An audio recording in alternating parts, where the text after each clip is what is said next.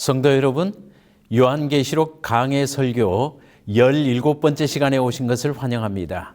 하나님께서 이 예배에 참석하시는 모든 분들에게 축복하실 것입니다. 저는 요한계시록의 말씀을 지속적으로 펼치고 있습니다. 특별히 이 알기 쉬운 요한계시록이라는 책을 교재로 말씀을 펼치고 있습니다. 오늘은 17번째 시간으로 말씀을 펼치겠습니다. 여러분 혹시 내시경 촬영을 해보신 적이 있으시겠죠? 저는 내시경이 없던 시절에 한 지인의 마지막 임종을 바라보면서 내시경이 얼마나 중요한가 하는 것을 알게 되었습니다. 이야기인 즉슨 제가 유명한 대학에 방문을 했을 때 저에게 의사 선생님께서 말씀하셨습니다. 6개월 전에만 이 병원에 오셨더라면, 6개월 전에만 이 암이 발견될 수 있었더라면 우리 지인께서는 생명을 연장할 수 있을 것이라고 이야기해 주었습니다. 사실 저희는 몇 년 동안 이 지인을 위해서 여러 병원을 방문했습니다. 그런데 그 작은 병원에서는 내시경을 통해서 이 암을 발견할 수가 없었습니다. 저는 참 큰 안타까움을 사실 가지고 우리 지인의 임종을 맞이할 수밖에 없었습니다. 그때 저는 깨닫게 되었습니다. 말씀에 빛이 있다는 것, 말씀을 볼 수 있다는 것, 하늘의 빛을 감당할 수 있다는 것이 얼마나 중요한 축복인가 하는 것을 알게 되었습니다. 사실 우리의 환부를 볼 수 있는 것과 없는 것은 큰 차이가 있는 것입니다. 요한계시록의 말씀을 이해하고 믿음으로 붙잡을 수 있는 것은 참으로 중요한 것입니다.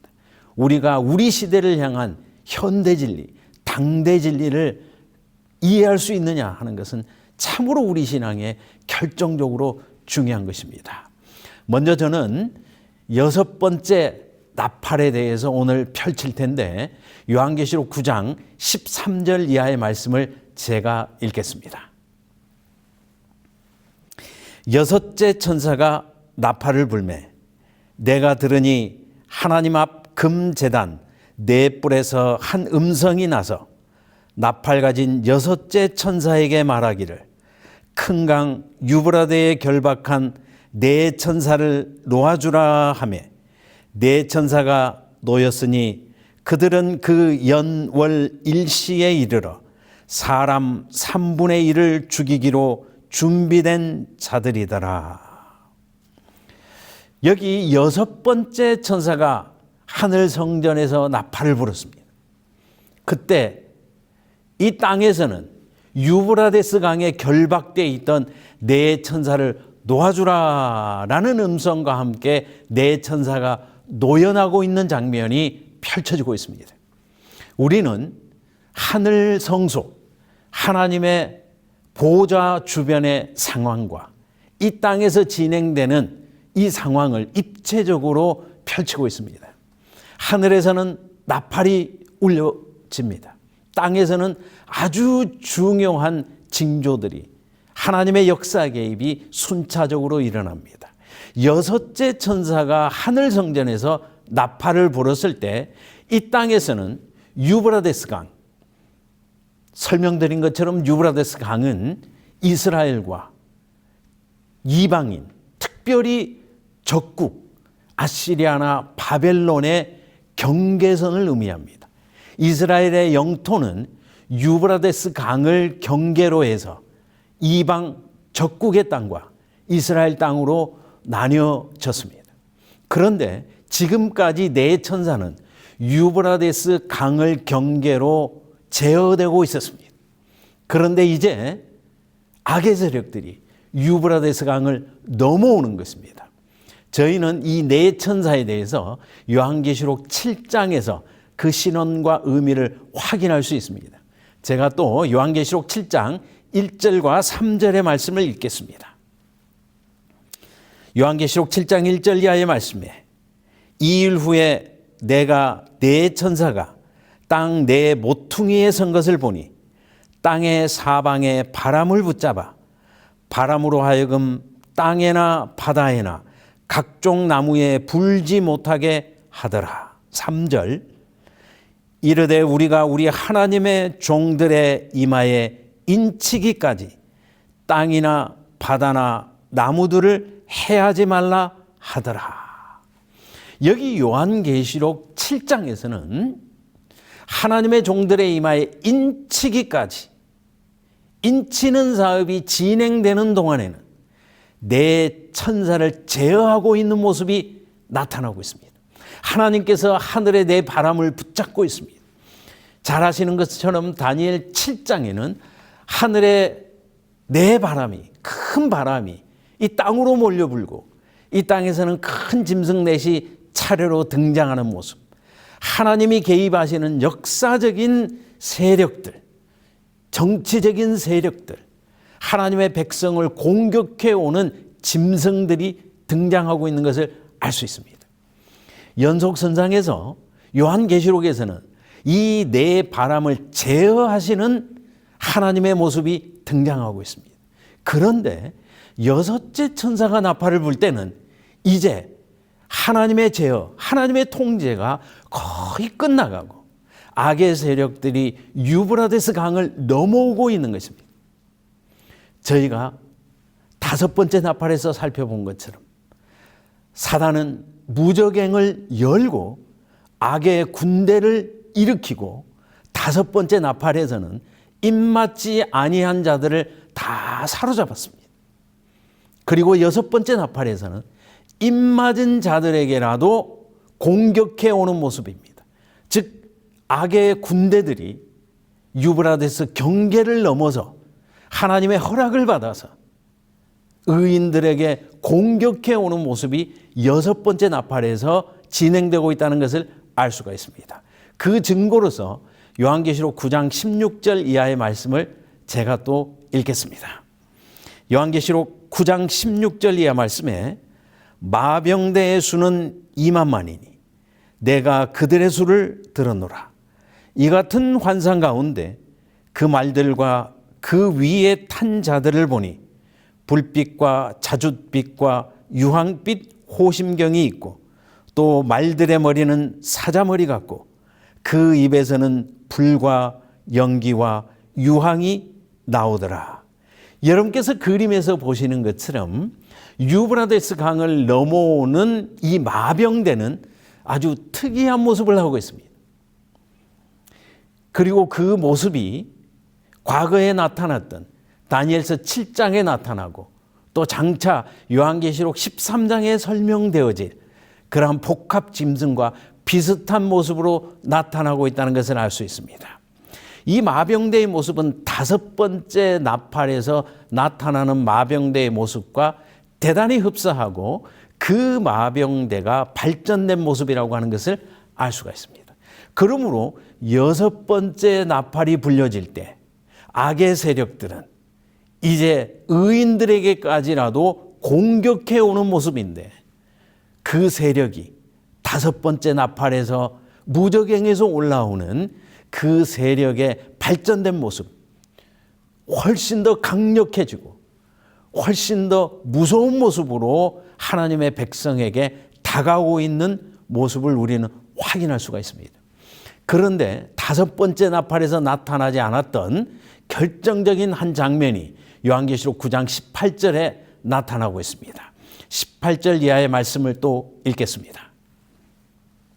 이 세 재앙 곧 자기들의 입에서 나오는 불과 연기와 유황으로 말미암아 사람 3분의 1이 죽임을 당하니라. 이 말들의 힘은 입과 꼬리에 있으니 꼬리는 뱀 같고 또 꼬리에 머리가 있어 이것으로 해하더라. 이 마병대는 유브라데스 강을 넘어서 하나님의 백성, 입맞은 백성에게 공격해 오고 있습니다. 그런데 이들이 사용하고 있는 무기는 그들의 입에서 나오는 것입니다. 입에서 불과 유황과 연기가 나오고 있습니다.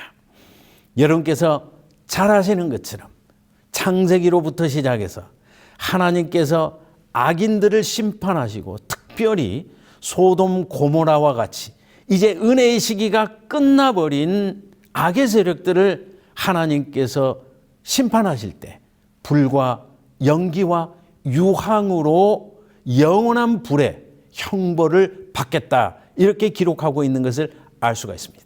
그러므로 불과 유황과 연기라고 하는 이 세 조합은 하나님께서 마지막 심판을 행하실 때의 모습입니다. 그런데 이 불과 연기와 유황을 무기로 삼는 악의 군대들, 이 군대들이 의인들을 공격할 때 그들이 하나님이 사용하셨던 그 마지막 재앙, 그것을 사용하고 있는 것을 알 수가 있습니다. 그러므로 이 악의 세력들의 공격은 최종적인 공격이요, 결정적인 공격이요, 사단이 사용할 수 있는 최고의 무기를 사용해서 입맞은 자들을 공격해오는 이런 모습이라고 하는 것을 볼 수가 있습니다. 오늘 살펴보게 될 본문의 개략적인 것은 제가 살펴봤습니다. 그러므로 여섯 번째 나팔을 한마디로 말한다면 악의 세력들이 하나님의 제어에서 벗어나서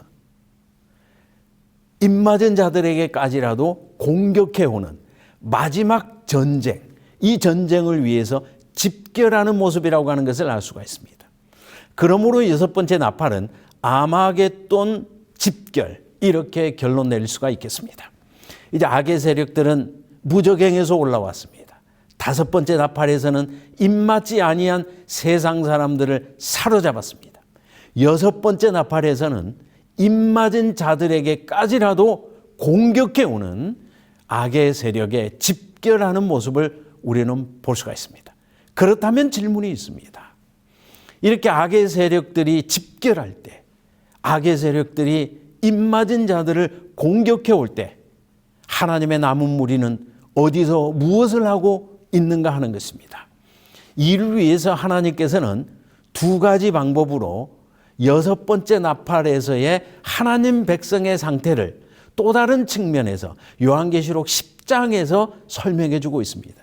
그러므로 요한계시록 9장에서는 악의 세력들이 집결하고 있는 모습이라면 요한계시록 7장과 특별히 10장에서는 남은 무리가 집결하는 모습을 보여주고 있습니다. 그러므로 여섯 번째 나팔에서부터 악의 세력과 하나님의 남은 무리가 집결하는 모습이 그 중요한 주제로 요한계시록에 펼쳐지고 있다는 것을 알 수가 있습니다.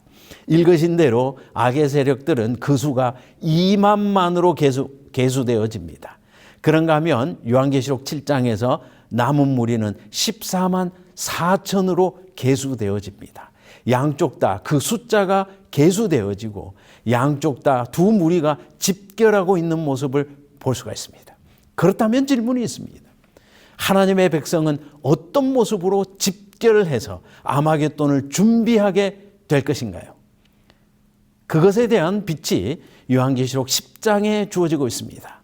요한계시록 10장 1절과 2절 말씀에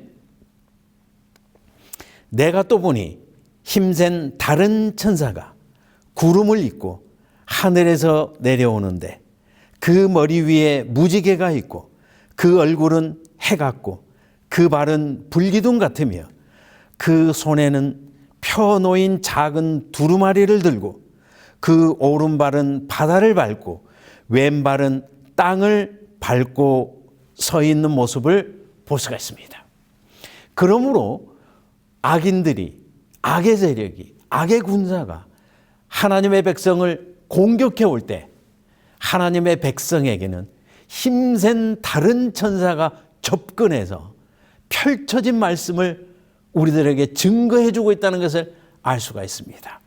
서두에 말씀드린 것처럼 내시경이 없다면 우리의 의료 체계가 얼마나 어두운 가운데 있겠습니까? 그러나 내시경의 덕분에 우리는 환부를 눈으로 보면서 확인하면서 치료받을 수 있는 시대를 살아가고 있습니다. 이 마지막 시대에 악의 세력이 남은 무리를 공격해 오는 이때에 하나님께서는 환한 빛을, 밝은 빛을, 지금까지는 펼쳐지지 않았던 다니엘의 마지막 펼쳐지게 될 그 빛을 이 남은 무리에게 증거해 주고 있는 모습을 우리는 볼 수가 있습니다. 요한계시록 10장 6절의 말씀에 세세토록 살아계시니 곧 하늘과 그 가운데 있는 물건이며 땅과 그 가운데 있는 물건이며 바다와 그 가운데 있는 물건을 창조하신 이를 가르켜 맹세하여 이르되 지체하지 아니하리니 7절입니다. 일곱째 천사가 소리내는 날 그 나팔을 불려고 할 때에 하나님이 그의 종 선지자들에게 전하신 복음과 같이 하나님의 비밀이 이루어지리라 하더라. 하늘에서 힘센 천사가 마지막 때를 향한 기별을 가지고 접근해 왔습니다.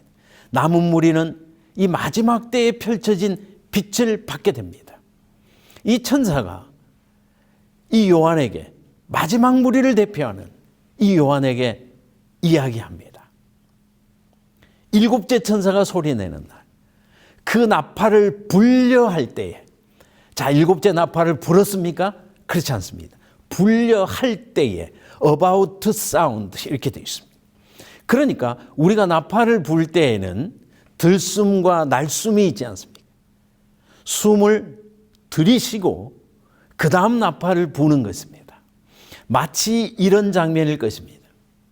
일곱 번째 나팔을 불기 위해서 천사가 하고 들숨을 쉬는 그 마지막 찰나에 일곱 번째 나팔을 불려 할 때에 하나님의 비밀이 다 펼쳐질 것이라고 이야기해 주고 있습니다.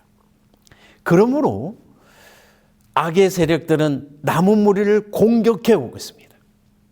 그러나 하나님께서는 하늘에서 세상 역사 마지막을 향한 환한 빛을, 환한 기별을 이 남은 무리에게 증거해 주심으로 남은 무리가 악의 세력들의 공격에서 안전하게 승리할 수 있도록 이 악의 세력의 정체를 정확히 이해하며 사단의 무기를 정확히 이해하고 하나님의 구원의 도를 정확히 믿음으로 붙잡으며 남은 무리가 승리할 수 있도록 하나님께서 섭리하신 것입니다. 그러므로 우리는 여섯 번째 나팔에서 두 방향에서 남은 무리를 이해할 필요가 있겠습니다. 한쪽 방향에서는 악의 군사들이 마병대가 유브라데스 강을 넘어서 하나님의 입맞은 자들을 공격해 오고 있습니다.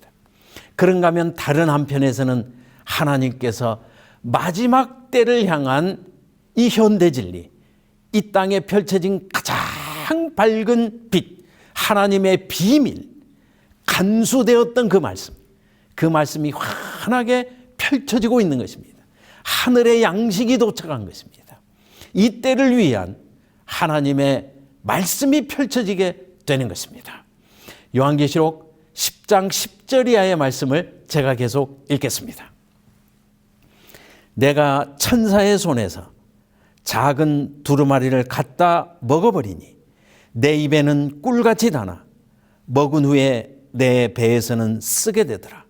그가 내게 말하기를 내가 많은 백성과 나라와 방언과 임금에게 다시 예언하여야 하리라 하더라. 자, 이제 남은 무리에게 말씀이 주어집니다. 힘센 천사가 두루마리를 펼쳐주었습니다. 요한은 이 말씀을 받아 먹습니다. 입에 꿀같이 달았습니다. 이 말씀은 사단의 공격을 이길 만한 능력 있는 말씀이 분명했습니다. 그러나 배에는 쓰게 되었습니다.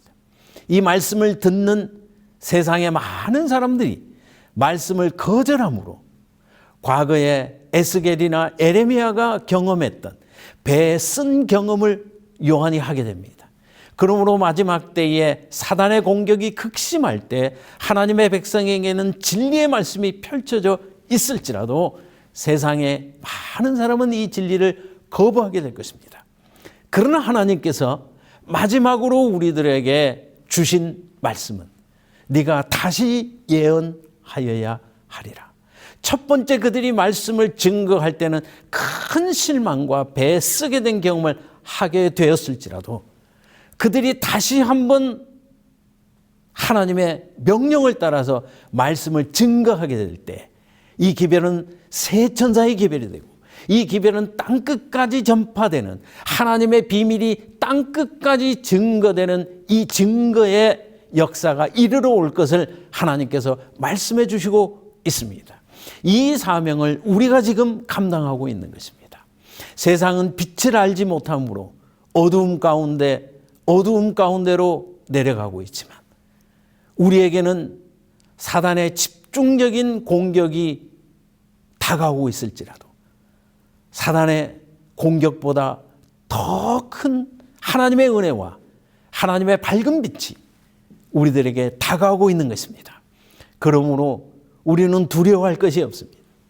문제보다 크신 하나님, 사단의 도전보다 더 크신 하나님의 은혜가 우리에게 환히 펼쳐져 있기 때문에 그런 것입니다. 시대마다 하나님께서는 자기의 선지자들을 일으키셔서 사단의 공격이 극심할 때 하나님께서는 밝은 빛을 통하여서 자기의 백성을 인도해 주셨습니다. 모세가 그러한 선지자였습니다. 이 땅에서 아브라함의 백성 중에 애굽에서 종살이할 때 그 마지막 기간에 가장 큰 시험을 당하게 되었습니다. 출애굽기 3장 10절 이하의 말씀을 제가 읽겠습니다. 이제 내가 너를 바로에게 보내어 너에게 내 백성 이스라엘 자손을 애굽에서 인도하여 내게 하리라. 모세가 하나님께 아뢰되 내가 누구이기에 바로에게 가며 이스라엘 자손을 애굽에서 인도하여 내리이까. 모세처럼 바로를 잘 아는 인물은 없었습니다. 모세처럼 애굽의 형편을 밝히 알고 있는 사람은 없었습니다. 모세는 두려웠습니다. 하나님, 제가 애굽에서 성장하고 바로의 형제로 제가 성장했습니다. 제가 애굽은 모든 것을 제가 관통한 사람입니다. 그런데 이 출애굽은 사실 불가능합니다. 저로서는 안 되겠습니다. 사단의 공격이 극심하고 이스라엘의 부르짖음이 하늘에 상달되었을지라도 하나님께서 모세에게 기별을 주었을지라도 모세가 두려워할 만큼 사단의 공격은 맹렬했습니다. 그때 하나님께서 모세에게 현대 진리를 전달해 주셨습니다. 모세를 부르셨습니다. 불타는 떨기나무 가운데 하나님께서 모세를 직접 만나 주셨습니다. 광야 한적한 곳에서 모세를 일깨워 주셨습니다. 모세에게 창조로부터 시작해서 아브라함의 언약까지 한치의 오차가 없는 하나님의 섭리를 모세에게 다 계시의 말씀으로 펼쳐주셨습니다. 모세는 어느 인생도 보지 못했던 하나님의 창조사역과 하나님께서 노아 홍수를 통해서 땅을 정결케 하시는 모습과 하나님께서 아브라함을 부르시는 이 모든 광경을 모세는 자세하게 창조로부터 시작해서 자기 시대에 이르기까지 그리고 이때에 하나님께서 모세를 부르셔서 이스라엘 백성을 출애굽하실 것이라는 현대 진리까지 모세는 이 창조로부터 시작되는 놀라운 하나님의 역사를 현대 진리로서 받고 그것을 책으로 기록하게 되었습니다. 그것이 첫 번째부터 기록된 창세기, 출애굽기, 레위기의 이 놀라운 성경의 말씀입니다.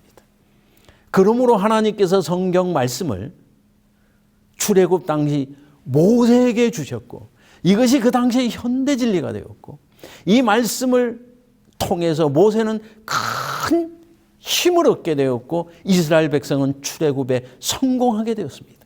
하나님께서 사단의 공격이 맹렬할 때에 기별자들을 부르시고 현대 진리를 허락하시고 그 기별의 말씀을 통해서 어둠을 이기고 하나님의 빛을 땅끝까지 증거하며 하나님의 남은 무리를 구원해내는 일에 하나님께서 늘 성공적으로 역사해 주셨습니다. 그런가 하면 에스라라고 하는 큰 인물을 부르셔서 하나님께서 바벨론에 포로되어 페르시아에 포로되어 간 이스라엘 백성을 구원해 주셨습니다. 에스라 7장에 있는 말씀을 제가 읽겠습니다. 에스라 7장 6절 이하의 말씀에 이 에스라가 바벨론에서 올라왔으니 그는 이스라엘의 하나님 여호와께서 주신 모세의 율법에 익숙한 학자로서 그는 하나님 여호와의 도우심을 입음으로 왕에게 구하는 것은 다 받은 자이더니 10절입니다. 에스라가 여호와의 율법을 연구하여 준행하며 율례와 규례를 이스라엘에게 가르치기로 결심하였었더라. 애굽의 포로만큼 심각한 것이 바벨론의 포로였습니다. 이스라엘은 바벨론의 포로에 가서 페르시아 시대에 이르기까지 약 200년 이상을 포로 생활을 하게 되었습니다. 이스라엘은 언어를 잃어버릴 위기에 처하게 되었습니다. 그들의 문화를 잃어버렸습니다.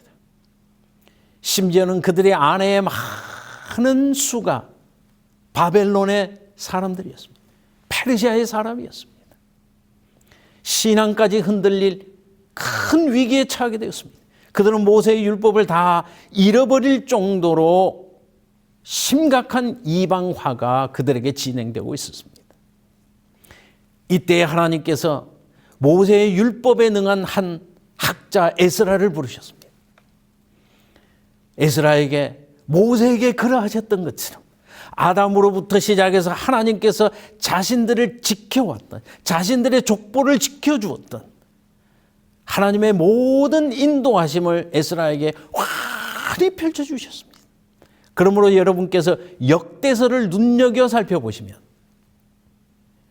열왕기와 역대서는 아주 비슷한 이스라엘의 역사가 기록되어 있을지라도 열왕기는 다윗과 솔로몬로부터 시작되는 이스라엘의 역사라면 역대기는 차원이 다릅니다.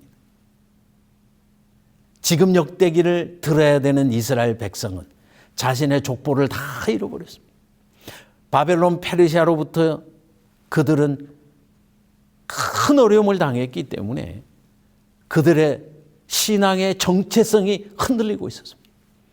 그들의 아내와 자녀들이 바벨론의 풍습에 너무나 익숙하고 심지어는 바벨론 사람들이었습니다. 그때 하나님께서 에스라를 통하여 그들의 족보가, 그들의 정체가 아담으로부터 하나님에게 이르러야 할 것을 분명히 말씀하시면서 역대서의 족보는 다윗과 솔로몬으로 시작하지 않습니다. 아담으로부터 시작하는 것입니다. 그래서 에스라는 이스라엘의 모든 가문들에게 그들의 혈통을 아담에게까지 다 연결시켜주는 작업을 완성한 사람이었습니다. 하나님께서 바벨론화 되어버릴 뻔한 이스라엘을 부르실 때 에스라라고 하는 위대한 학자요 율법에 능한 율법의 율법사를 부르셔서 이스라엘을 회복시켜 주셨습니다. 그리고 어느 시대보다 큰 부흥을 에스라를 통하여 하나님께서 이루어 내셨습니다. 모세를 통해서 출애굽에 성공하셨습니다. 에스라를 통하여 탈바벨론을 완성했습니다. 이러한 하나님께서 세상 역사 마지막에 악의 세력들이 아마겟돈으로 집결하고 있고 악의 세력들이 유브라데스 강을 넘어서 입맞은 자를 공격해오는 이 시기에 하나님께서 또 한 기별자를 부르셔서 이 남은 교회에 큰 빛을 통하여 축복하시고 힘을 더해 주셨습니다. 요한계시록 11장 15절 이하의 말씀을 제가 또 읽겠습니다. 일곱째 천사가 나팔을 불매. 자, 요한계시록 10장에서는 일곱째 천사가 나팔을 불려 할 때에 나팔을 불었습니까? 그렇지 않습니다. 하고 불려고 할 때에 하나님의 비밀이 세상에 공개되어졌습니다. 그러나 배에 쓰게 되는 실망도 뒤따라오게 되었습니다. 그러나 이제 일곱째 천사가 나팔을 불었습니다. 새로운 국면이 전개되는 것입니다. 19절의 말씀입니다. 이에 하늘에 있는 하나님의 성전이 열리니 성전 안에 하나님의 언약궤가 보이며 또 번개와 음성들과 우레와 지진과 큰 우박이 있더라. 일곱째 천사가 나팔을 불 때에 다시 예언해야 하는 이 하나님의 마지막 예언의 말씀, 마지막 기별이 이 땅에 증거되게 되었는데 그것은 하나님의 임재가 직접적으로 나타났던 지성소에 하나님의 보호자의 언약궤가 보이며 그곳으로부터 환한 빛이 이 땅에 증거되기 시작하면서 지성소로부터 오는 어느 시대에도 밝히 증거되지 않았던 이 지성소로부터 오는 기별이 땅에 환하게 증거되기 시작한 것입니다. 이 세 천사의 기별을 통하여 이 땅에는 하나님의 말씀이 땅 끝까지 증거되게 되는 것이고 이 셋째 천사의 기별로 말미암아 세상 역사에 남은 무리는 집결하게 되고 세상 역사의 마지막 전쟁은 하나님의 백성의 승리로 맞춰지게 될 것이 요한계시록 후반부의 총 주제로 주어지고 있습니다. 우리는 마치 내시경으로 우리의 환부를 환히 볼 수 있듯이 우리 시대를 향한 요한계시록의 환한 말씀을 통해서 아담으로부터 시작해서 증거된 이 영원한 복음의 말씀을 우리는 다 손으로 만지듯이 눈으로 보듯이 그렇게 우리는 밝히 알고 믿는 마지막 남은 무리로 부르심을 입었습니다. 이 얼마나 큰 축복입니까? 제7안식일 예수 재림교회에 주어진 이 놀라운 기별의 말씀이 우리의 빛이요 세상에 증거되어야 될 마지막 빛입니다. 이 말씀이 여섯째 나팔에서 사단의 공격이 맹렬할 때에 주어지고 있다는 것입니다. 이러한 말씀이 있는 백성이 얼마나 축복받은 백성인지 열왕기상 10장에서는 스바의 여왕이 솔로몬에게 고백하고 있는 모습을 통해서 우리는 간접적으로 느껴볼 수 있습니다. 열왕기상 10장 9절의 말씀에 당신의 하나님 여호와를 송축할지로다. 여호와께서 당신을 기뻐하사 이스라엘 왕위에 올리셨고 여호와께서 영원히 이스라엘을 사랑하심으로 당신을 세워 왕으로 삼아 정의와 공의를 행하게 하셨도다. 이 솔로몬, 이 사람의 지혜를 주변의 스바의 여왕은 높이 찬양하고 있습니다. 여호와 하나님을 송축할지어다. 당신과 같은 사람을 왕으로 세우신 하나님을 찬양합니다. 라고 간증했습니다. 우리에게는 솔로몬이 받은 빛보다 더 밝고 마지막 때에 펼쳐질 마지막 빛까지 이 남은 무리에게 다 펼쳐진 시대에 살아가고 있습니다. 그리고 그 백성으로 부르심을 입었습니다. 얼마나 큰 축복입니까? 이 축복 가운데 있는 이 교회, 이 말씀을 듣는 여러분들은 역시 복된 백성이요, 복된 하나님의 민족입니다. 사실 요즘 참 슬픈 소식이 한국교회에 참 많습니다. 그 중에 하나가 무엇인가 하면 한국교회가 작은 혼란에 빠져 있다는 것입니다. 사실 요즘 여러분께서 영상을 제공하는 그러한 채널들을 통해서 영상을 보시면 서사라 목사라는 분이 한국교회의 핫 이슈로 떠올라 있다는 것을 알 수가 있습니다. 이 서사라 목사는 의사이자 목사입니다. 이분이 천국과 지옥을 방문한 간증을 책으로 펼쳤습니다.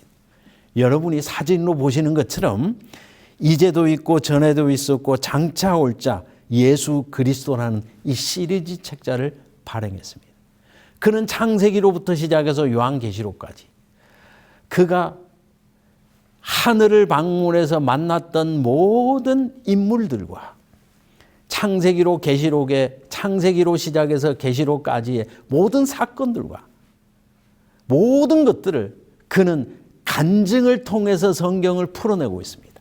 말씀의 빛으로 말씀으로 성경을 푸는 것이 아니라 그가 직접 받았다는, 직접 하늘을 방문했다는 개인적인 간증으로 성경 말씀을 다 풀어냈습니다. 특별히 요한계시록의 말씀을 풀어냈습니다. 과연 이 말씀이 하나님의 빛일까요? 이 문제를 놓고 한국교회는 지금 갑론을박으로 아주 두 진영으로 완전히 갈라질 판에 위기에 처해 있습니다. 서사라 목사의 간증을 성경 해석으로 굳건히 받아들이는 목회자 그룹과 서사라 목사가 거짓을 증거한다는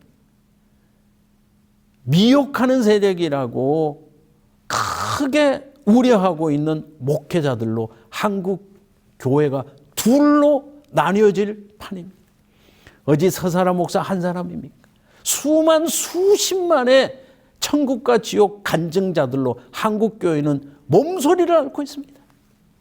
이러한 때에 제7난식일 예수 재림교회는 하나님의 놀라운 마지막 시대의 말씀이 펼쳐지고 있습니다. 말씀으로 말씀을 펼치는 성경의 빛으로 더 밝은 성경의 빛을 받아 감당할 수 있는 이 교회는 복받은 교회요. 복받은 백성들입니다. 우리가 내시경을 통해서 치료할 수 없을 것 같은 환부를 정확하게 수술할 수 있고 치료할 수 있는 것처럼 우리에게 펼쳐진 이 환한 빛을 통하여서 사단의 공격, 결코 이길 수 없을 것 같은 사단의 공격을 우리는 능히 이길 수 있을 것입니다. 하나님의 은혜가 이 말씀을 듣는 모든 분들에게 큰 빛으로 함께 하실 것입니다. 저는 저에게 이 빛을 펼쳐주시고 이 빛을 증거하게 하시는 하나님의 은혜와 능력을 크게 찬양합니다. 하나님의 은혜가 여러분 모두에게 함께 하실 것입니다. 감사합니다.